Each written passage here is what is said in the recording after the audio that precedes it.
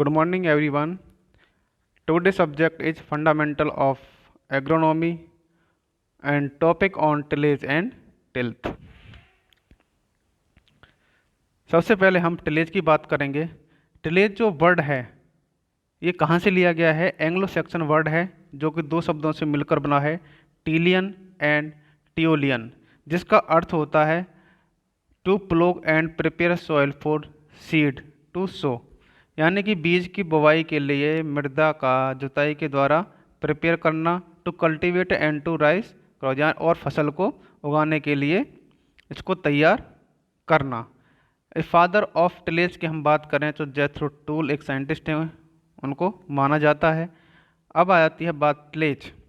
It is a physical manipulation of soil with tool and implement to result in good tilth for better germination and subsequent growth of crop, यानी कि एक भौतिक manipulation के द्वारा मृदा को टूलों के द्वारा, यानी कि जो टूल्स जो होते हैं उसके द्वारा इम्प्लीमेंट क्या करना, जिससे कि एक अच्छा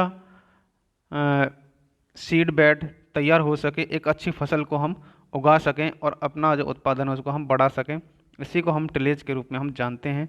इसको हम दो भागों में बांट सकते हैं, जैसे प्राइमरी टिलेज यानी कि प्राथमिक जुताई और सेकेंडरी टिलेज यानी कि द्वितीय जुताई। अब बात आती है टिल्थ। टिल्थ क्या होता है? टिल्थ यानी जुताई होने के बाद जो आपको सॉइल की जो संरचना दिखाई दे, स्ट्रक्चर जो दिखाई दे रहा है, जो कि एक बीज की बुवाई के लिए एक अच्छा होना चाहिए, एक अच्छा सीड बेड होना चाहिए, वो सारी जो चीज़ें होती हैं उसी को हम टिल्थ के रूप में हम जानते हैं। अब बात आती है ऑब्जेक्टिव और टिलेज। टिलेज के क्या ऑब्जेक्टिव, हम क्यों करते हैं टिलेज? कुछ ना कुछ उद्देश्य तो होगा, नहीं तो क्यों करेंगे टिलेज? तो इसके कुछ उद्देश्य हैं। जैसे हम बात करें to produce a seed bed for good germination, यानी कि एक सीड बेड तैयार करना एक अच्छे जर्मिनेशन के लिए और एक अच्छी फसल ग्रोथ के लिए। To make the soil loose and porous, यानी कि जो मृदा के अंदर जो संरचना है, जो जिसके हम बात करें जो पोर्स हैं, उसको अच्छी तरीके से हम निकालना या उनको अच्छी तरीके से हम बनाना भी कह सकते हैं। टू कंट्रोल वीड, यानी कि खरपतवारों को नियंत्रण करना। To remove the stubbles. Stubbles में क्या होता है? आपने कोई भी फसल लगाई, उसके बाद जो उसका वेस्टेज जो होता है, जो प्रोडक्शन के बाद आप खेत में ऐसे ही छोड़ देते हैं, जहाँ पर काफ़ी सारे जो पेस्ट होते हैं वहाँ पर डेवलप हो जाते हैं या छिपे रहते हैं, जो कि अगली जो फसल बोएंगे उसके लिए हानिकारक होते हैं, उसको सबको रिमूव कर देना, इसीलिए भी हम टिलेज करते हैं। To expose the soil inhabiting pathogen, यानी कि सॉइल इनवेटिंग जो पैथोजन होते हैं, जो कि मृदा के अंदर जो छिपे रहते हैं, जो पैथोजन जो होते हैं, जो कि किसी फसल के अंदर रोग को उत्पादित करते हैं वो, और उसी तरीके से कुछ इंसेक्ट होते हैं, तो उनको टिलेज के माध्यम से प्रकाश में लाना, सूर्य की लाइट में लेके आना, और जिसकी वजह से वो मर सकें। To break hardpan in the soil, यानी कि जो मृदा की सतह है, जो ऊपरी सतह आप देखते हैं कभी कभी कठोर हो जाती है, कठोर हो जाने की वजह से न मिट्टी के अंदर पानी जाता है, ना हवा जाती है, और ना ही अच्छी तरीके से पौधा ग्रोथ करता है, उसको तोड़ना, यह भी एक हमारा ऑब्जेक्टिव ऑफ टिलेज के रूप में एक इम्पोर्टेंस है। उसी तरीके से हम बात कर रहे हैं इनकॉर्पोरेटिंग बल्कि ऑर्गेनिक मैन्योर, जैसे हम बात करें ऑर्गेनिक मैन्योर जो होता है उसको इंटरकॉर्पोरेटिंग कर, यानी मिलाना बनाना, ये सारी चीज़ें हम बात करें। तो increase infiltration rate. Infiltration rate यानी कि मृदा के जो एयर है, वाटर है, उसको ऊपरी सतह से नीचे नीचे की तरफ लेके जाना, जहाँ पर हमारा कैपिलरी वाटर होता है, जहाँ पर प्लांट की रूट होती हैं, उसको वो अपटेक कर सके और अपना ग्रोथ वो कर सके। ये सारी चीज़ें ऑब्जेक्टिव ऑफ टिलेज होती हैं। उसके बाद जैसे कुछ करेक्टरिस्टिक्स ऑफ गुड टिल्थ, जैसे मैंने बताया था आपको, टिलेज के बाद जो कंडीशन आपको मिट्टी की दिखाई देती है, जो एक अच्छी कंडीशन होनी चाहिए, एक सीड बेड होना चाहिए गुड जर्मिनेशन के लिए, एक अच्छे जर्मिनेशन के लिए, वो सारी चीज़ें क्या क्या हैं? जो हमारी मिट्टी है जुताई के बाद वो क्लोम्बी तरह की एक होनी चाहिए, और उसके अंदर हमारा जो वायु का संचार है वो अच्छी तरीके से होना चाहिए। इस soil in good tilth in porous, यानी कि जो पोर्स जो होते हैं एक टिल्थ के अंदर, एक अच्छी टिल्थ के अंदर होने चाहिए। और कैपिलरी और नॉन कैपिलरी पोर्स मीन्स क्या होता है? कैपिलरी जहाँ पर हमारा जल जो होता है, जो पौधे उसको ग्रहण करते हैं, कैपिलरी वाटर जैसे आप नाम सुना होगा, तो वो सारे जो पोर्स होते हैं, कैपिलरी और नॉन कैपिलरी पोर जो होते हैं, वो इक्वल होने चाहिए।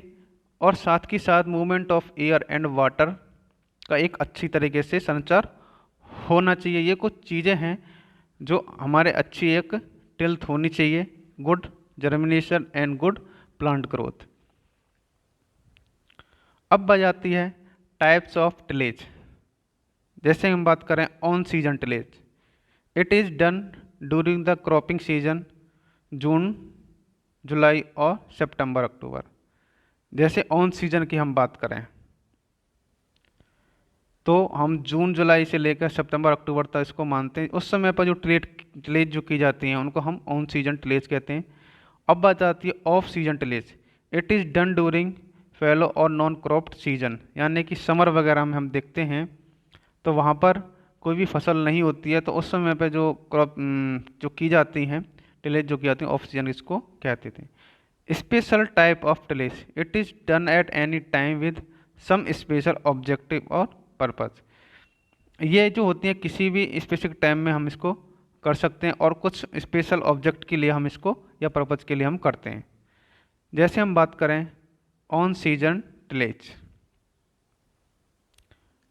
preparatory tillage, it is referred to tillage operation that are done to prepare the field for rising crop. It is divided into three types. समझ रहे हैं आप? प्रिपरेटरी टिलेज यानी कि जो हम कोई भी फसल लगा रहे हैं तो फसल लगाने से पहले जो खेत की जो तैयारी की जाती है उसी को हम प्रिपरेटरी टिलेज के रूप में हम जानते हैं। और पहले इसका आता है primary tillage, secondary tillage and after cultivation यानी कि inter tillage. Primary tillage, the tillage that is done after the harvest of crop to bring the land under cultivation known as primary tillage और ploughing. ये जो होती है किसी भी फसल को काटने के बाद जो अगली फसल के लिए तैयार जो की जाती है उसको हम प्राइमरी टिलेज हम कहते हैं। जैसे कुछ इक्विपमेंट हैं जिनके द्वारा की जाती है, जैसे country plough, mouldboard plough, boss plough, tractor and power tillers. जैसे आप देख सकते हैं कंट्री प्लग कैसा होता है, प्लग, मोल्डबोर्ड प्लग, ये चेशर हो गया, डिस्क प्लग हो गया, ये सारी चीज़ें प्राइमरी होती हैं। अब आ जाती हैं secondary tillage, the tillage operation that are perform on the soil after primary tillage to bring a good soil tilth are known as secondary tillage.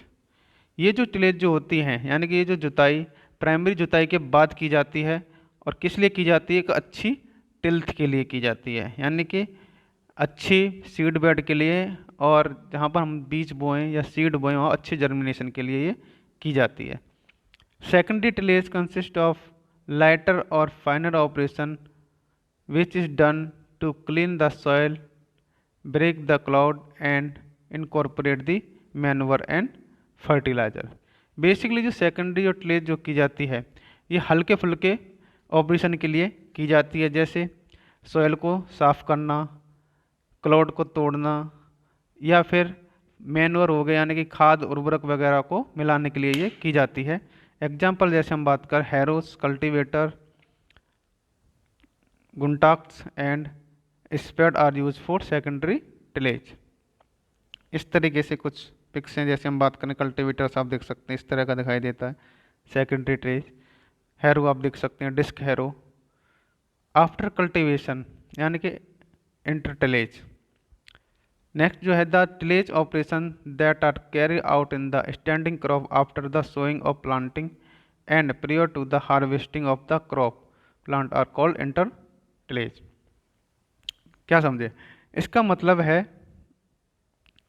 ये जो बेसिकली खड़ी क्रॉप में की जाती हैं जो कि फसल की बुवाई के बाद या प्लांटिंग के बाद ये बेसिकली की जाती हैं, इनको हम इंटर टिलेज के रूप में हम जानते हैं। और it is including harrowing, hoeing, weeding, earthing up, drilling और side dressing of fertilizer etc। जैसे हम बात करें वीडिंग हम करते हैं एक खुरपी वगैरह, फावड़े वगैरह, ये जो होती हैं इंटर टिलेज आफ्टर कल्टीवेशन ही होते हैं, आपने देखा होगा। अर्थिंग अप, अर्थिंग अप आप किस फसल में देखा है आपने? अर्थिंग अप पोटैटो में होता है, शुगर केन में होता है, आपने देखा होगा। तो ये सारी जो टिलेज जो होती हैं, इनको हम आफ्टर कल्टीवेशन या इंटर टिलेज के नाम से हम जानते हैं। और इन्हीं के कुछ ये इक्विपमेंट हैं, हैरोइंग, होइंग, वीडिंग, रीलिंग, ये सारी चीज़ें ये इंटर टिलेज की ये इक्विपमेंट हैं। अब आ जाती है off season tillage. Tillage operation done for conditioning the soil suitably for the forthcoming main season crop are called off season tillage। Basically जो क्या है, ये जो टिलेज जो होती हैं,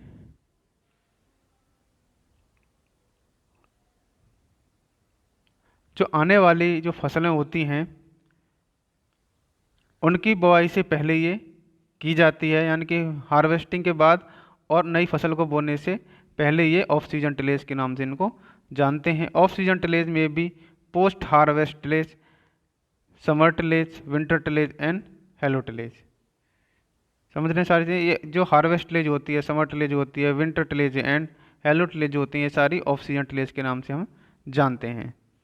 स्पेशल टाइप ऑफ टिलेज, जैसे कि आपको बताया था पहले, tillage operation intended to serve special purpose, एक स्पेशल पर्पज के लिए इनको किया जाता है। जैसे बात बताया था मैंने आपको, सब सॉइलिंग।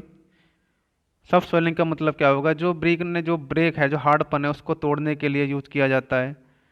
समझ रहे हैं? Reduce soil कंपैक्टेशन।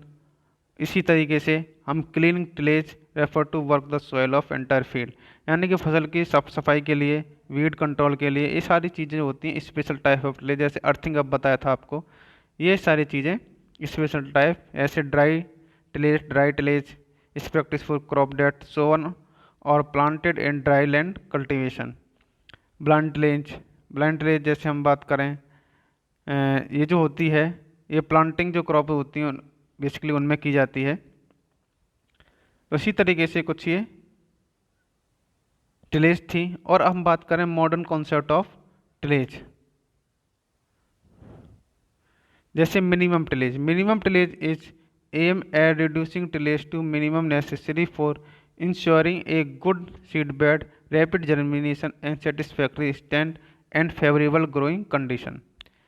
मिनिमम टिलेज जैसे बढ़ सकता है कि न्यूनतम जुताई, जुताई एक इस तरीके से कम करना,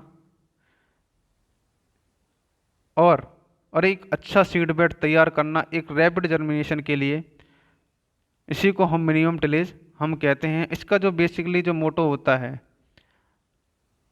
जो हम बात करें इसका क्या उद्देश्य होता है, तो इसका यही है कि कॉस्ट को कम करना,